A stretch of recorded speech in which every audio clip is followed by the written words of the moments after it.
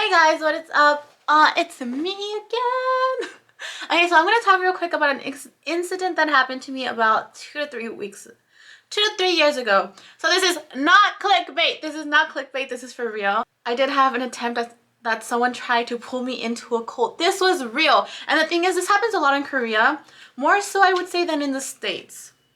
I know there are cults in the States, but I feel like it's more difficult for you to really know or get pulled in or sucked into a cult or whatever. Whereas in Korea, literally you'll be in the corner waiting to cross the street and there'll be a person being like, hey, do you speak English? Can you let me know where so-and-so is? I have no idea where it's at. Or they'll be like, hey, you're a foreigner, what's your name? Blah, blah. Do you want to be friends? Here's my number, here's my cacao, blah, blah, blah. Something like that. Okay, so for me, usually how it happens is that way. You'll be in the corner, you'll be walking somewhere, and then some Korean will approach you, usually in English. Usually, but there are some that approach in Korean. And then they'll start asking you like the most oblivious questions ever. Like literally, there's no point for them to be asking you these questions when you're a foreigner. Like they'll be asking you for directions or something. They'll be like, can you tell me where so-and-so is? And you're like, bitch, there's all these other Koreans, and you choose the foreigner to ask about directions. Anyway, I've had in Busan, usually it's been like older people and they've like contacted me in Korean. And then my dumbass ends up being like, they'll be like, do you know Korean? Like in Korean, and I'll be like, no. And like obviously I understand, right? They'll be like, 한국말 알아요? And I'll be like, 아니요. But anyway, I've never really fell for it in that sense. The part that I'll be talking about today, the story that I'll be talking about today, is actually more of, I feel like it's like a betrayal, like a friend betrayal, because this was literally my friend who I had known for months. I had known this guy for like 9 months. I actually thought we were good friends. I had considered him a good friend at the time. We had gone out multiple times. It was in like our first meeting, second meeting. Obviously, we had gone out a lot. And so for him to be the one to pull this shit, I was like, T. Anyway, so what ended up happening is that I met this guy, I think around like October of 2018. We were like really cool friends at first, kind of. Meeting him was a whole other story. There were some sketchy things at the beginning, some maybe red flags I should have seen, but not really anything that scram cult guy, nothing like that. Alright, so fast forward 9 months later, I was going through a really hard time, and I texted my friend. I was like, hey, I'm going through a hard time. Whatever. I was like, can we hang out? Can we meet? Whatever. And he's like, yeah, for sure. Like, let's go eat some chicken. I was like, let's go. So we went to the chicken place, and he's like, hey, he's like, so I've scheduled some things for us to do today. And I was like, oh, that's interesting. Like, what have you scheduled? And he's like, okay, so we'll eat together. We'll have dinner. Not dinner, lunch. He's like, we'll have lunch. Then I'll go in to introduce you to some of my friends. He's like, you're feeling really down, so I think talking to them would be really helpful. And I was like, okay. And then we were talking. He's like, yeah. He's like, you're very into like Korean culture, like into Korean society, Korean language, like you study those things really difficult, like really hard, like really, you study a lot for that. He's like, so because you're so into that, he's like, I've scheduled a meeting with some of my friends. He's like, we're like a Korean society group, study group. And I was like, okay. And honestly, at first I didn't really want to go anyway, because I fucking hate studying. Like, who the fuck is like, yeah, let me fucking study. Like, no one, right? So I was like, do we have to? I was like, we don't have to do that. We can just eat and then go drink or something. And he's like, no. He's like, they're really cool. They'll help you feel better. Like, trust me. He's like, when I went through a rough time, they really helped me build me back up and give me the confidence to be happy again. And I was like, okay, whatever. I was like, he's my friend, so let me trust him. So we end up finishing eating our food, whatever, and he takes me to this, like, I wouldn't say it's a church. It was like kind of across from somewhat of a a church or like a religious kind of house establishment, I don't know. And actually where we went in, it was just a regular apartment, to be honest. So we go into the apartment. As soon as I got in, it was pretty big. Like, for what I had expected, I didn't expect it to be that big. We went in and I was like, oh, okay, cool, study club. And we went in and it kind of reminded me of like my church back at home. Just kind of like, I went in, obviously we took off our shoes, and there was like the sliding door, whatever, and water, and then there was like a big like living room type of thing, and there was a lot of doors. There was like a lot of doors. So there was, I think, maybe 2 rooms next to each other, and then like the restroom room, and then on the other side there was like a couple of other doors as well.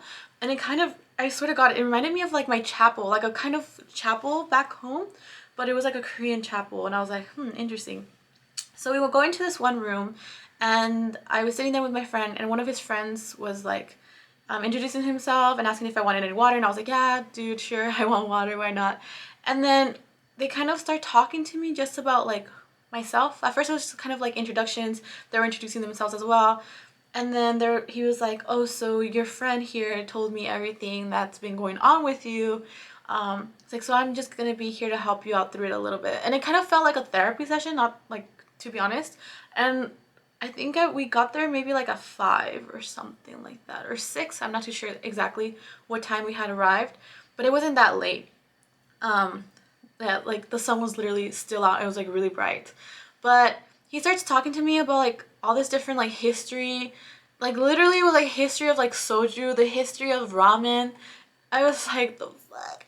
And he starts talking about like Korea, how Korea was really poor and before the war, like what Korea was like. And then he talks about like like post-war Korea and how it really was able to like get on back on its feet and like advance, like the advancement of technology. And he starts talking about like a lot of history type of stuff. But some of it makes sense. The other half of it was like, what the fuck? Like literally ramen and like soju. I was like, okay. Then he starts talking about me personally. He starts being like, you have a lot of napanseki. And I was like, what? And I was like, are you calling me a bastard right now? And he was like, oh, he's like, that means bad energy. He's like, you have a lot of bad energy. He's like, and that energy is because of you. He's like, you're like a flower. And he starts drawing a flower. He's like, you're like a flower. And right now, he's like, you have a lot of poop on you. So you have a lot of shit. So that's why you're attracting a lot of flies, a lot of bad energy. He's like, so we have to get rid of this poop so you can be a pretty flower and then attract bees. And I was like, okay, like, is this like the bees? What? Like the bees and the knees freaking story? What's that story called? I don't know. But he starts saying that I'm basically a flower with like bad shit and like they need to cleanse me of that bad shit so that I could be a pretty flower with bees, good energy, whatever. And I was like, okay. So at first that starts being really weird, just for him to kind of make all these assumptions of me. And I was like, you don't even know me, first of all. And like, it just kind of sounded very religious-ish. Like it took me back to Catholic school. It's kind of like always blaming you for everything in your life. And I'm like, I don't believe in that shit, like karma or whatever. I'm just like, okay. But anyway, so then he starts telling me like, oh yeah, so we're gonna do this ritual. And I was like, well, what? He's like, we're gonna pray, we're gonna do some bowing. He's like, we'll change into like some traditional Korean clothes. He's like, but we're gonna ask you for some money so that we can buy stuff for the ritual, that we're gonna offer this to God. Like basically he was saying like it was like a Korean god or something like that, like literally like the god of soju. I was like, god of soju? Like what? And then he's like, yeah, we're gonna need some money. We're gonna like write your name on some envelopes, and then this is gonna help release you and all your family from like that bad energy. And at first I was like, wait, what the fuck? Like, I was like, I'm not into all these rituals. I'm literally like agnostic or atheist. Like I'm agnostic, so which is similar to being atheist. And I was like, I don't believe in any of this shit. I don't believe in like praying. I don't believe in anything like this. But he was like, yeah. He's like, we're gonna do this. And at first, you know, like I would have left had I been there alone, but my friend was there, and I literally kept looking at him like I was in such disbelief. I was like, what did you get me involved in? I was so confused.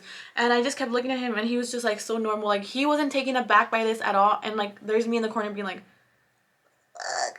But anyway, they gave me these envelopes, and they're like, yeah, write like your address, your name, your address, and I think that was kind of it. And then they're like your family's names too and their addresses as well. And I was like, for what? And they're like, oh, it's gonna help like cleanse the household, like because that's where you live too, so we need to cleanse the house as well. And I was like, what the fuck? And I don't think it was in red pen. I've heard other people say that in their cults that they've been into, like they've made them write it in red pen.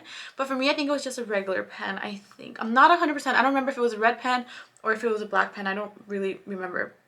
But I did that, and like I just felt so weird putting my like personal address on there, because I was like, this feels so scammy. Like that's so weird. Like I don't like giving my personal like stuff. But I was moving in a month anyway, so it didn't really bother me that much. And then my parents are back in the US, and I just switched some numbers around for the most part. But yeah, so that happened, and they were like, oh yeah, they're like, during the ritual we're gonna throw it, like we're gonna rip this into pieces, and I think they were like, we're gonna put it on fire and like throw it in the trash can or something like that. And then they're like, it's gonna help cleanse you and cleanse your family, blah blah. And I was like, uh-huh.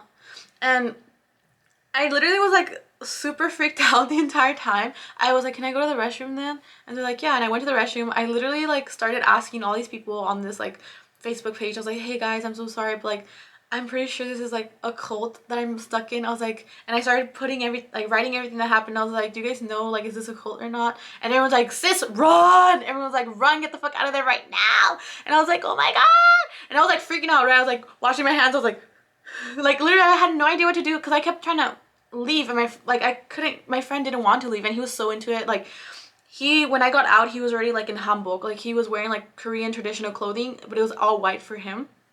And he was literally like so unfazed, and I was so confused. I felt like I was like in a nightmare type of thing. I was like, oh my god, you know, because like know no one. The one person that I trusted, or that I felt that I trusted, is so into this, and he sees nothing wrong with this. And I was like, oh my god, like, it was just such a weird experience.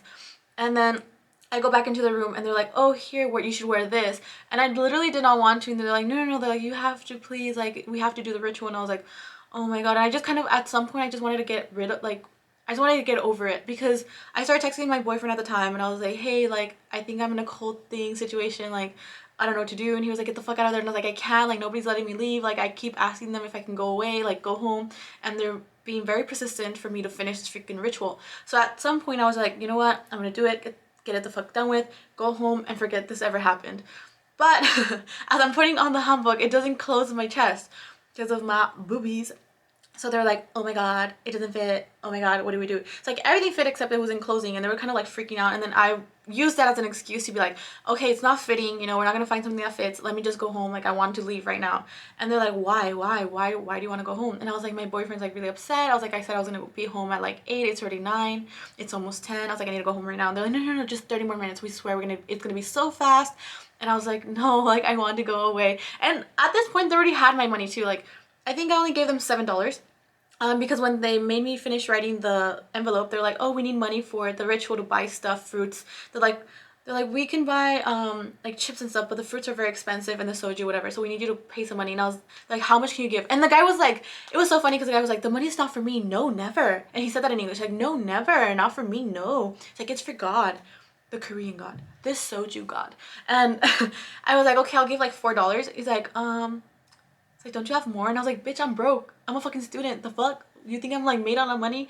And I was like, okay, then 7. And he was like, 7? I was like, that's all. I was like, bro, I have no money at all whatsoever. He was like, okay. And I was like, yeah, you're talking to a broke bitch. Like, don't fucking ask me. But anyway, so they already had the fucking $7, whatever. It wasn't like I was like, give me back my money, I'm trying to leave. I was literally like, I want to go home. You can keep the fucking money. Like, let me just get the fuck out of here. And they were like not letting me go home. Like, the way that I would say, it's not like they were like holding me down, not letting me go, but like I was trying to get out of the door, and people kept coming into the fucking door. Like, it was like one person would come in and be like, what's wrong?